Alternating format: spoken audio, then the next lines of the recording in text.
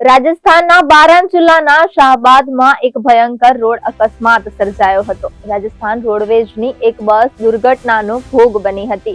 એક ટ્રકે મુસાફરોથી સવાર બસને ટક્કર મારી હતી, જેને લઈને ટ્રક રસ્તા પર પલટી ગઈ હતી। આ અકસ્માતમાં લગભગ 24 મુસાફરો ઈજાગ્રસ્ત થયા, જેમાંથી 6 લોકોના મોત થયા છે। બારાં જિલ્લા પોલીસે ઘટના સ્થળે પહોંચી વધુ તપાસ હાથ ધરી છે। અકસ્માત બારાં જિલ્લાના શાહબાદ વિસ્તારમાં પેટ્રોલ પંપ નજીક એક ટ્રકે રાજસ્થાન રોડવેજની એક બસને જોરદાર ટક્કર મારી હતી। ટક્કર થતાં જ બસ તરત જ રસ્તા પર પલટી ગઈ હતી। બસમાં 30 થી 35 મુસાફરો હતા। અકસ્માત બાદ ઘટના સ્થળે ભારે ચીસો પડી હતી।